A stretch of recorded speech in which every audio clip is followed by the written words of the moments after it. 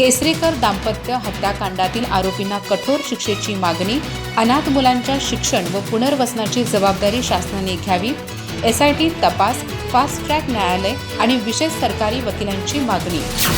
कुपवाड सांगली येथील केसरेकर दाम्पत्याच्या दुहेरी हत्याकांडातील आरोपींना कायद्यानुसार कठोरातील कठोर शिक्षा द्यावी. तसंच आईवडिलांचे छत्र हरपलेल्या मनाली आणि मनोज या 2 मुलांच्या शिक्षण आणि भवितव्याची शासनाने जबाबदारी घ्यावी अशी मागणी करण्यात आली आहे. याबाबत बेळगाव जिल्हाधिकाऱ्यांकडे निवेदन देण्यात आलं.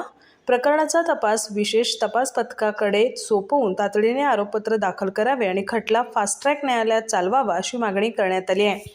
तसंच ॲडव्होकेट हर्षद निंबाळकर यांची विशेष सरकारी वकील म्हणून नियुक्ती करावी अशी मागणीही करण्यात आली आहे. खानापूर तालुक्यातील हेब्बाळचे मूळ रहिवासी असलेले मोहन केसरेकर आणि त्यांच्या पत्नी मनीषा केसरेकर हे व्यवसायानिमित्त सांगली इथं स्थायिक झाले होते.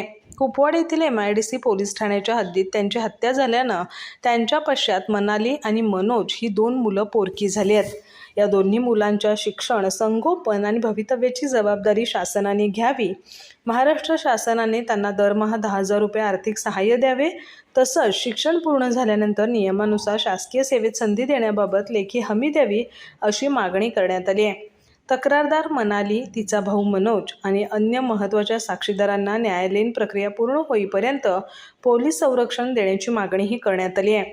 महाराष्ट्र आणि कर्नाटक सरकारने समन्वयाने या प्रकरणात पुढाकार घेऊन आरोपींना कठोर शिक्षा आणि अनाथ मुलांना न्याय आणि आधार मिळवून द्यावा अशी मागणी निवेदनातून करण्यात आली आहे. अधिक माहिती आणि ताज्या घडामोडींसाठी आजच आमचे चॅनल सबस्क्राईब करा.